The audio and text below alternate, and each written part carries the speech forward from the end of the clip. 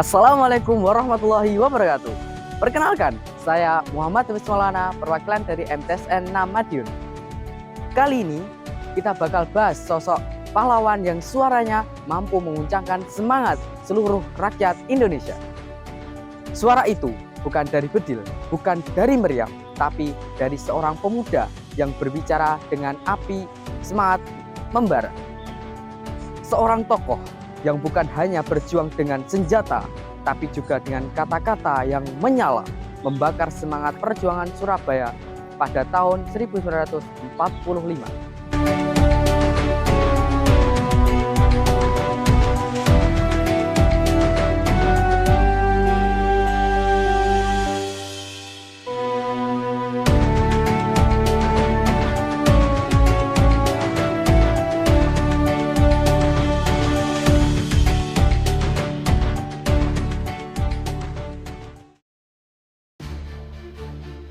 Surabaya, 10 November 1945 adalah saksi nyata kota yang penuh darah dan sejarah, kota yang mengguncangkan jiwa dengan semangat menjaga martabat bangsa dari penjajah. Dan pemuda itu bernama Bung Tomo yang akan kita kenang dalam Api Semangat dari Surabaya, kisah teladan Bung Tomo.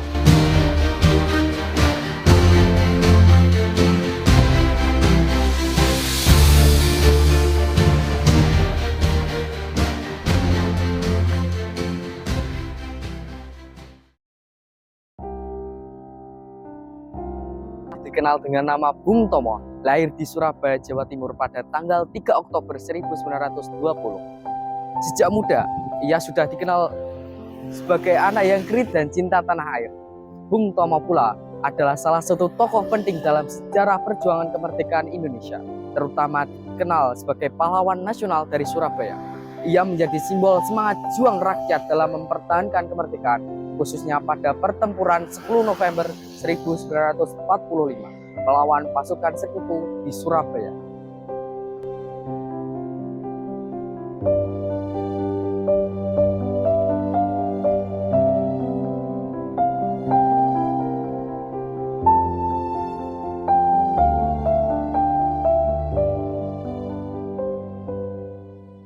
Tahun 1945, Indonesia baru saja memproklamasikan kemerdekaan. Tapi di Surabaya, bau mesiu belum berhenti. Rakyat belum sempat bernafas ketika kapal-kapal asing kembali menantang di pelabuhan. Pidato-pidatonya yang berapi-api melalui radio berhasil membangkitkan semangat juang rakyat untuk melawan penjajahan. Kata-katanya yang lantang dan membakar semangat membuat ia dijuluki sebagai sang orator pejuang. Bung Tomo tak memegang senjata, tapi suaranya lebih tajam dari peluru, lebih nyaring dari dentuman meriam.